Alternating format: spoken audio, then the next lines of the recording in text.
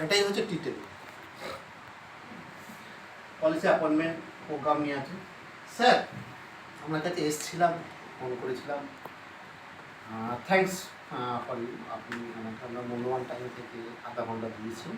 তো আমরা কী করে থাকি, কী পরিষেবা দিয়ে থাকি সেটা নিয়ে আলোচনা করব। আলোচনার শেষে যদি আমাদের কোনো পরিষেবা আপনার ভালো লাগে তাহলে আমরা আপনার সঙ্গে কন্ট্যাক্ট করব। যদি মনে হয় যে আমাদের কোনো সার্ভিস আপনার নেওয়ার দরকার আছে তাহলে আমাদের সঙ্গে আপনি কন্ট্যাক্ট করবেন, পরবর্তীকালে সেটা আলোচনা করে দেখা যাবে। তাহলে আমরা এই 10-15 মিনিট কিন্তু আমরা এই আলোচনার মধ্যে থাকবো, এটা পারমিশন নিয়ে নেব। হ্যাঁ, নাহলে অনেকে কাজ করবে। হ্যাঁ বলো না, কী করছো? হ্যাঁ হ্যালো, মালটা গেছে না না, এটা আটকে দূর দূর দূর কী সব গাড়ি গাড়ি এই সবের মধ্যে বলছি পারমিশন নিয়ে। স্যার এই 10 মিনিট আমরা আমাদের এই প্রেজেন্টেশনে থাকবো। স্যার আপনি কোনো একটা ব্যাংকে ব্যাংকে অ্যাকাউন্ট করেছেন, যে কোনো হয়তো আপনার SBI হোক, ICICI হোক, যে কোনো ব্যাংকে অ্যাকাউন্ট করছেন। আমার ব্যাংকে যদি আপনি একটা অ্যাকাউন্ট করেন, টি ব্যাংকে মানে টাটা ব্যাংকে, এটা ST ব্যাংক না, টাটা AI বলবো না, তা এটা হচ্ছে আপনার এক্স ব্যাংক, আপনার নিজের ব্যাংক। ধরুন আপনি HDFC ব্যাংকই করেছেন বা SBI, সবাই থাকে SBI থেকে। আমার ছোটো নেই, তার একটু ফ্যামিলি ব্যাকগ্রাউন্ড আগে জেনে নেব ইন্ডিয়াস যাওয়ার আগে, বা কথাবার্তা বলেই জানবে যে স্যার আপনার গল্প মানে এই প্রেজেন্টেশন ঢোকার আগে 5 মিনিট ইন্ট্রোডাকশন করতে হবে। হ্যাঁ, ফ্যামিলি সব কেমন আছে, মেয়ে কোন ক্লাস পড়ছে, কোন স্কুলে পড়ছে, সেগুলো ব্যাকগ্রাউন্ডগুলো পেয়ে গেলে কথা বলতে সুবিধা। মেয়ের নাম কী, তো নাম ধরে কথা বলবো। মেয়ের নাম বলবো সে রিমি। তো রিমির এজ কত? 5 বছর। স্যার এখন বুঝতেই পারছেন প্রত্যেক গার্জেনের দুটো মেন দায়িত্ব, পিতামাতার মেন দুটো। একটা হচ্ছে বাচ্চার এডুকেশন, আর দ্বিতীয় হচ্ছে বাচ্চার নেক্সট কেরিয়ার ফিউচার, নিয়ে হলো ব্যাপার তার ম্যারেজ। এটা আমাদের প্রাইমারি প্রত্যেক পিতামাতা কিন্তু মনে ডাউট থাকবেই যে আমি মনে সংশয় আছে যে আমি মেয়েদের ছেলেমেয়েদের পড়াশোনা কীভাবে কতটা হায়ার এডুকেশন দেবো, মেয়ের ভালো করে কীভাবে বিয়ে দেবো, আর ছেলে হলে তার কেরিয়ার কীভাবে ডেভেলপ করে দেবো। তো আপনার এই মেয়ে নিশ্চয়ই ট্যালেন্ট, ভালো স্কুলে পড়ে, পড়ছে ভালো ফেসিলিটি, কিন্তু ওর ফিউচার্সের জন্যে আপনি কী চিন্তা ভাবনা করছেন? হয়তো সে বলবো ডক্টর ইঞ্জিনিয়ার, বা পরবর্তীকালে যা হবে দেখা যাবে। স্যার বিয়ে তো দিতে হবে, তার জন্যে ধরুন আমি একটা কোনো ব্যাংকে গেলে একটা টাকা আমি জমা দেবো। তো এখানে আপনি ধরুন একটা ফর ডটার ম্যারেজের জন্য আপনি একটা ব্যাংকে গেলেন, একটা অ্যাকাউন্ট খুললেন, আপনি বললেন যে মাসে আমি 10,000 টাকা করে, 10,000 করে 10,000 টাকা করে আমি মাসে জমাবো। তাহলে কত জমবে স্যার? বছরে 1,20,000 টাকা। এবং এটা আপনি ঠিক করলেন যে আগামী 10 বছর মেয়ের জন্য জমাবো, এটা হাত দেবো না। তাহলে 1,20,000 ইন্টু 10 মানে এখানে স্যার 12 লাখ টাকা জমবে। এটা আপনি ঠিক করেছেন মনে মনে যে 10 বছর ধরে আমি প্রত্যেক মাসে 12,000 টাকা, 10,000 টাকা করে, মাসে 1,20,000 টাকা, বছরে টোটাল 12 লাখ টাকা আমি জমাবো। আচ্ছা, আপনি সেইভাবে প্ল্যান করেছেন যে মেয়ের বয়স এখন 5 বছর কি 7 বছর, তো আপনার 10 বছর মানে 17-18 বছর বিয়ে হবে, এই সরি বয়স হবে, তখন টাকা বলি, তারও কিছুদিন পরে টাকাটা তুলে আরও কিছুদিন রাখবো, তারপরে টেস্ট ইউজ করবো, বা আমি এটা 15 বছর মেয়ের বয়স ম্যাচ করে তুমি একটু টামটা দেবে, 15 বছর দিলেন, বা আমাদের 12 বছর হয় 12 বছর করলে 14 লাখ, এখানে 14 লাখ টাকা আপনার জমবে। স্যার এই বছর এই শেষে আপনাকে ব্যাংক কি দেবে, মানে আপনি কি পাবেন, ডুজ অর ডোন্ট, হ্যাঁ কি মানে গেট কী করছেন আপনি এই 14 লাখ টাকা ম্যাচুরিটি শেষে আপনি তো পাবেন। তো বলবে হ্যাঁ, আর কি পাবেন না, ইন্টারেস্ট পাবেন। ইন্টারেস্ট পাবেন এখন মোটামুটি 6% রেটে আপনার একটা ইন্টারেস্ট পাবেন, যদিও ওই ইন্টারেস্টটা নন গ্যারান্টেড, কোনো মাসে কম বেশি হবে। তো এখানে একটা কিছু এক্সট্রা টাকা আপনি পাবেন, মানে ইন্টারেস্ট পাবেন প্লাস ইন্টারেস্ট। কত অ্যামাউন্ট বলবেন, ওই জন্য কত হতে পারে, সে বলবে আরও কত হবে, 8 লাখ হবে, তাই লিখবে, ওর কথায় যা বলবে তাই লিখবে, দুটোতেই হ্যাঁ। তাহলে আপনি কত পেলেন? 14 লাখ আর 8 লাখ, যেটা আপনার দেওয়া টাকা ছিল 14 লাখ, আর আপনি পেলেন 8 লাখ, মানে হচ্ছে আপনি পেলেন হচ্ছে 8 আর 14 মানে 22 লাখ। ব্যাংক কি আর দেবে, আর কিছু দেবে? সে বলবে কিছু করবে, বলবে না আবার কি দেবে। আচ্ছা স্যার, আপনার প্ল্যানটা খুব ভালো ছিল, ওই এগ্রি ইউ, কারণ আপনি মেয়ের ডটার্সের বিয়ের জন্য এটা একটা ভালো প্ল্যান বানিয়েছে, যেটা আপনার কেন সবারই এরকম পিতামাতার করা দরকার, তাকে একটু তুলে দিলেন। তো আপনি যে প্ল্যানটা করেছেন তার জন্য আমি একমত, ভালো। এবার স্যার আপনি বাই প্রফেশন করেন না, বলছে আমি কামিস্ত্রি হতে পারে, ডক্টর হতে পারে, যে যাই হোক, মাস্টার হতে পারে, স্কুল টিচার হতে পারে, যাই হতে, ব্যাংকের ম্যানেজার হতে পারে। তো আমরা একটা ধরো ডাক্তারের সঙ্গেই কথা বলছি। স্যার এই যে আপনি প্ল্যানটা করেছিলেন, এই প্ল্যানটা মাঝখানে যদি কোনো রকম কিছু ডিস্টার্ব না হয় পারে, মাঝখানে তো অনেক রকম ট্রাভেলস হতে পারে, অনেক রকম চড়াই উতরাই হতে পারে, তাহলে কি সাকসেসফুলি পাবেন? না। বলে কীরকম? বলে স্যার আপনি যে টাকাটা জমাচ্ছিলেন, হঠাৎ করে কালকে যদি আপনার কিছু হয়ে যায়, নর্মাল ডেট, তাহলে এই পুরো টাকাটা আপনি জমাতে পারবেন? তাহলে ব্যাংক সেক্ষেত্রে কী দেবে? ধরুন না 1 বছর জমিয়েছেন 1,20,000, ব্যাংক আপনাকে সে বলবো 1,20,000 নমিনিকে দেবে, আর হয়তো 5,000 টাকা ইন্টারেস্ট হবে, যে 1,30,000 পেয়ে যাবে, হয়তো 1,30,000 পেয়ে যাবে। তাহলে কি আপনার স্বপ্ন পূরণ হবে? মেয়ের জন্য যে ফান্ডটা ক্রিয়েট করতে চেয়েছেন সেটা কি হলো? হলো না, ব্যাঘাত হলো। স্যার আমার কিছু হলো না, ছেড়ে দিন, কিছু হলো না। স্যার আপনি যে প্রফেশনে আছেন সেই প্রফেশন কাজ করতে করতে, কাঁচি চালাতে চালাতে তারপরে আপনার নিজের আঙুলটাই কেটে যাবে, তাহলে আপনি কি ছুরি ধরতে পারবেন? বা যে প্রফেশনে করছে সেই কাজে যে আমাদের কাজে কি আঙুলগুলো দরকার, আমি কি সেই কাজটা করতে পারবো? কাজটা যদি না করি আমার ইনকাম আসবে, তাহলে আমি কি ফুলফিল করতে পারবো? এটাকে বলবো ডিসেবিলিটি যদি হয়ে যায়, কিন্তু আমি পয়সা জমাতে পারলাম না, তাহলে আমার এই যে ড্রিমটা ফুলফিল হলো না। স্যার এমনও হতে পারে আমি মারাও গেলাম না, ডিসেবিলিটিও হলো না, কিন্তু আমার উপরওয়ালা শরীরে এমন কোনো রোগ দিয়ে দিল, ক্রিটিক্যাল ডিজিজ দিয়ে দিল, যেটা ট্রিটমেন্ট করতে করতেই আমার ইনকাম সব শেষ হয়ে যাচ্ছে। আমি কি করে জমাবো স্যার? আমি কি করে জমাবো?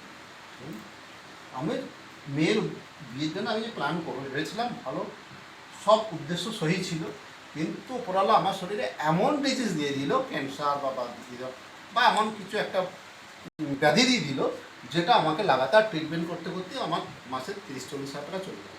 স্যার আপনার শরীর আগে, তারপর তো জমাবেন, তাহলে আপনার চিকিৎসা বাদ আপনি জমাতে পারবেন না। আমি যদি না থাকি, চিকিৎসা না করা হবে, তাহলে আমি কী করে দিই? তাহলে আগে এটা প্রায়োরিটি, তাহলে এটা করার পরে তো আমি জমাবো। তাহলে যদি আমার খরচাই হয়ে গেল চিকিৎসায়, তাহলে আমি জমাতে পারবো না। তাহলে এখানে আমি বলবো শিয়াল কথা, তাহলে এখানেও আপনার কিছু হলে জমাতে পারবো না, ঠিক আছে? স্যার আমাদের কাছে যদি আপনি অ্যাকাউন্ট খুলেন, কী কী বেনিফিট দেবো দেখুন। আচ্ছা এর সঙ্গে এটা বলার আগে আরেকটু একটা কথা বলবো। স্যার এই যে টাকাটা আপনাকে দিচ্ছি, ব্যাংকে দিচ্ছে, যদি আমরা কিছু হলো না, এগুলো সব ঠিক রইল, তারপরে যে টাকাটা পাচ্ছেন সেটা কি ট্যাক্স করবে? সে বলবে হ্যাঁ, 20% ট্যাক্স হলে 4 লাখ টাকা মাইনাস হয়ে যাবে। এরপরে বলে দেখুন স্যার, আমাদের কাছে যদি অ্যাকাউন্টটা করেন, আপনি সিমিলারলি অ্যাকাউন্ট করলেন, 10,000 টাকা করেই মাসে জমাচ্ছেন, বছরে 1,20,000 টাকা করেই দিচ্ছেন। এটা ওখানেও 12 বছর দিয়েছিলেন, এখানেও আপনি 12 বছর দিলেন, এখানেও আপনি 12 বছর 14,40,000 দিয়েছেন, আচ্ছা আমি 14 লাখই বলে 14 লাখ দিয়েছেন। তাহলে এখানে আমরাও কিন্তু, ওরা যেমন ইন্টারেস্ট দিয়েছিল, আমরাও কিন্তু ইন্টারেস্ট দেবো। এই ইন্টারেস্টটা ফিক্স ইন্টারেস্ট দেবো, আমরা লিখে দেবো। ব্যাংক যেমন কত ফিক্স লিখে দিতে পারবে না রেকারিংয়ে, আপস অ্যান্ড ডাউন হয়, হয়তো 5 বছরে হলো, 2 বছরে হলো, সেটা লিখে দেবে, কিন্তু লং টার্মে লিখতে পারবে না। আমরা কিন্তু ফিক্স লিখে দেবো, এবং সেটা মোর দ্যান হ্যাঁ, মানে এখান থেকে হ্যাঁ এটা অ্যাসিওর করবো। সেকেন্ড, এবার পয়েন্ট আছে স্যার, আপনি যে উদ্দেশ্যটা যাতে সফল হয়, সেটা আপনার ব্যাংক দেখছিল না, আমার ব্যাংক কিন্তু দেখবে, আমার ইনস্টিটিউট দেখবে। কীরকম? যদি আমার নর্মাল কিছু ডেট হয়ে যায়, আপনি যে টাকাটা পেতেন সেটা আপনাকে ইনস্ট্যান্ট দিয়ে দিবে। তাহলে এই টাকাটা যদি আপনার নমিনি ঠিকঠাকভাবে রেখে ইউটিলাইজ করে তাহলে আমার মেয়ে হবে, বিয়ে হবে কি হবে না হবে। স্যার এখানে আরেকটা ঢোকাতে পারতে অ্যাক্সিডেন্টাল, এই নর্মাল রেটটা যদি অ্যাক্সিডেন্টাল হয়ে যেত স্যার কি দিত? সেক্ষেত্রেও কিছু দিত না, আমরা যেই টাকা জমেছে সেই টাকাই দিত। স্যার এটা যদি অ্যাক্সিডেন্টালে হয় নর্মাল রেট, তাহলে আপনার এই 14 লাখ যেটা আপনি পেতেন সেটা কিন্তু দিয়ে দিচ্ছে। এটা যদি অ্যাক্সিডেন্টালে রেট হয় সেটা 28 লাখ পাবেন, যেটা ব্যাংক আপনার ব্যাংক কিছু দিত না, যে টাকাটা জমিয়েছেন তার সঙ্গে 5 হাজার টাকা যেটা সুদ জমেছে ওটাই দিত। কেমন লাগে স্যার এখন পর্যন্ত? দ্বিতীয়ত স্যার আমার অ্যাক্সিডেন্ট হলো না, নর্মাল খুব ভালো আছি, কিন্তু কালকে স্যার এমন আমি কাজে যাচ্ছিলাম, বাসে চেপেছি, বাসটা রেসার্চ করতে এমন একটা বাসের সঙ্গে পিষে দিল, আর আমি গেটে দাঁড়িয়েছিলাম আমার পাড়া, আমি আর অফিস যেতে পারছি না, যে কাজ করতে হবে করতে পারছি না। তাহলে আমার স্যালারি 2-4 মাস দেবে, তারপর দেবে? তাহলে স্যালারি যদি না দেয় এখানে তো আপনি পেতেন না, টার্মটা কমপ্লিট হতো না। আমার কোম্পানি কি করবে স্যার, আপনার যেমন প্রিমিয়াম আপনি ভরছিলেন সব মুকুব করে দেবে। এরকম ঘটনা ঘটলে স্যার সব টাকা প্রত্যেক বছর 1,20,000 করে কোম্পানি ভরে দেবে, পে বাই কোম্পানি। এটা কি প্ল্যান? আরে যে কোনো প্ল্যানই বসাবে না কেন, তুমি তোমার কাছে প্ল্যান নিয়ে কথা বলিনি আমি, টিচার বলে কি আমি বললাম একবার পলিসি বা কোম্পানি কথা, এগুলো পাওয়া যাবে তো নাকি? বাস যে প্ল্যানে বসবে সেই প্ল্যানটা বসিয়ে দেবে। এখন আমি প্ল্যান নিয়ে কোনো কথা বলিনি, ওকে ও জানেই না আমাকে পলিসি করতে হবে, আমি অ্যাকাউন্ট নিয়ে কথা বলেছি। স্যার তো কেমন লাগছে স্যার? আপনার কিন্তু এখানে যদি ওই উঠলেন সুস্থ অবস্থায় রেসারেসি করতে গিয়ে যে পাটা পিছিয়ে দিল, পাটা চলে গেল, বা আপনি যে কাজ করতে গেছেন আঙুল কেটে গেল, তাহলে আপনার ইনকাম এখানে তো ব্যাংকওয়ালা দিয়ে দেবে না, ওরা ভরতে পারে না, যা ভরেছে সেটা নিয়ে বাড়ি যাবে। এখানে স্যার আমার ব্যাংক কী করছে, যেমনভাবে দিয়ে আসছিলেন ডিউ টু ডিসেবিলিটির জন্য যদি দিতে না পারি সব টাকা সেম আপনার মেয়ের জন্যে স্বপ্ন আপনি দেখেছিলেন, আজকে ভগবান আপনার হাত নিয়ে নিয়েছে, পা নিয়ে নিয়েছে, চোখ নিয়ে নিয়েছে, তাহলে মেয়ের কী দোষ স্যার? তাহলে মেয়ে বিয়ে দেবেন না, বিয়ে হবে না? আমার ব্যাংক বলছেন ডন্ট ওয়ারি, যেহেতু ওটা আপনার নিজের দোষে হয়নি, কোনো অঘটনে হয়েছে তার জন্য আপনি দায়ী নন, আমি আপনার হয়ে সব টাকা পেমেন্ট যেমন যেমন আপনি চালাচ্ছিলেন, যাতে সেই পরিমাণ টাকা নিয়ে আপনার মেয়ের উদ্দেশ্য সফল হয়, তার জন্য সেই টাকা আমি ভরে দেবো। কেমন লাগছে? ভালো? ওকে স্যার, মারাও গেলাম না, নর্মালও কিছু হয়নি, আমার হাত পাও কাটেনি, কিন্তু স্যার যদি আমার শরীর খারাপ হয়ে যায়, এমন কোনো শরীর খারাপ হয়েছে, এমন ব্যাধি হয়েছে যার ট্রিটমেন্ট করতে করতেই আমি না যাই, আমি খাওয়া পড়াটাও ফ্যামিলিকে ভালোভাবে তুলে দিতে পারি না, সেক্ষেত্রে আমি আমার মেয়েকে টাকা দেবো, যত ইচ্ছা হোক, সব বাবাই চায় তার ছেলে মেয়ের কেরিয়ার ভালো হোক, মেয়ের ভালো জায়গায় বিয়ে হোক। তো এখন যেহেতু পরিস্থিতি সাথ দেয়নি, সেক্ষেত্রে আমার খাওয়া পড়াটা আগে, ট্রিটমেন্টের পরে সামান্য ডালভাতটা দিতে হবে তো ফ্যামিলিকে, তারপরে জমানো, তো সেই জায়গায় সেই পরিস্থিতি নেই, আমার চিকিৎসা করতেই টাকা শেষ, এক্ষেত্রে কী হবে স্যার? আপনার ব্যাংক দিত না, যা জমিয়েছে সেটা নিয়ে বাড়ি যাবে, কোম্পানি সেক্ষেত্রে বলছে ডন্ট ওয়ারি, ওপারটা ছেড়ে দিন, ট্রিটমেন্ট করার জন্য আপনাকে আমি একটা টাকা দেবো, 20 লাখ 10 লাখ 20 লাখ দেবো, সেটা নিয়ে আপনি ট্রিটমেন্ট করুন, ওটা নিয়ে ট্রিটমেন্ট করুন, মেয়ে যেমন জমাচ্ছিলেন যেমন যা করছিলেন ওটা করুন, ট্রিটমেন্টের জন্য আমি টাকা দিয়ে দিলাম, 10 লাখ 15 লাখ যা লাগে আমি দিয়ে দিলাম। কেমন লাগে স্যার? কোম্পানি যদি এই টাকাটা আপনাকে দিয়ে দেয়, আপনার ক্যান্সার হয়েছে, ট্রিটমেন্ট রেগারিং একটা খরচা হচ্ছে, কিছু হয়েছে, তাহলে আপনার এটাতে প্রবলেম হচ্ছে না তো, ট্রিটমেন্ট করানোর টাকা তো কোম্পানি দিয়ে দিই, সিআই বসিয়ে দাও, বসিয়ে দাও। স্যার আমার ওরাল আশেপাশে আপনার কিছুই হয়নি, সব আপনি দিলেন, সুস্থ ছিলেন, এবার ঘুরে আসছে, সব আপনার শরীরে ভালো ছিল, সব ছিল, আপনি সব দিলেন, আপনি লাস্টে টাকাও পেলেন, এখানে যেমন পাচ্ছিলেন 14 লাখ ইন্টারেস্ট, আমরাও দিলাম 14 লাখ ইন্টারেস্ট, এটা আপনাকে 30 লাখ দেবো মোর দ্যান ব্যাংক, এবং যেটা পুরোপুরি ট্যাক্স ফ্রি, এর উপর কোনো রকম আপনার ট্যাক্স দিতে লাগবে না, যেহেতু আপনার মেয়ে বিয়ে দেবেন। পুরো ট্যাক্স কেন দেবেন আপনি গভর্নমেন্টকে? পুরো টাকাটা আপনাকে দেবেন। কেমন লাগবে স্যার? স্যার ভালো লাগলো? তো আমরা বলবো স্যার আপনি যেমন অ্যাকাউন্ট আছে সিমিলারলি এই ধরনের একটা অ্যাকাউন্ট আমাদের কাছে খুলুন। এটা খুলতে গেলে কী কী কাগজ লাগবে, কী কী করতে হবে, তার জন্য স্যার কালকে একবার আসি, কোন সময়টা ফ্রি থাকবে সে ভাববো। ভাবিয়ে আসতে পারলে সে পলিসি ক্লোজ হবেই, আমি তো পলিসি বলিনি, আজ না হোক কাল। আমি অ্যাকাউন্ট খোলার জন্য বলো স্যার আমাদের কাছে আমার একটা অ্যাকাউন্ট খুলবেন, এই সুবিধাগুলো পাবেন। কালকে কোন সময় আসবে স্যার? আমার কোন সময় একটা দিন। প্রথম পলিসি একবারে ক্লোজ হয় না, খুব রিয়ার কেসে নিজের খুব ক্লোজ হয়। যেহেতু আমাকে দ্বিতীয়বার আসতেই হবে, তাহলে আমি প্রথম দিন যখনই ওটা বলে দেবো পলিসি সেরকম বলবে ঠিক আছে কালকে দেখছি চিন্তা ভাবনা। তাহলে আমি কিন্তু কালকের জন্য ওয়েট যখন আমাকে করতেই হবে, তাই জন্য প্রথম দিনে আমি পলিসি করবো। স্যার এই অ্যাকাউন্ট আপনাকে খুলতে হবে, বুঝে গেল 10,000 টাকা করে লাগবে। আমি তো এক্সাম্পল তুলেই দিয়েছি 10,000 টাকা, তাহলে ও বুঝে গেল টাকাটা আমাকে লাগবে অ্যাকাউন্টটা খুলতে গেলে, ঠিক আছে? বেনিফিটও বুঝে গেল। পলিসি কি ম্যাটার করে, কি এসআইপি দিচ্ছ, কি এফজি প্লাস দিচ্ছ,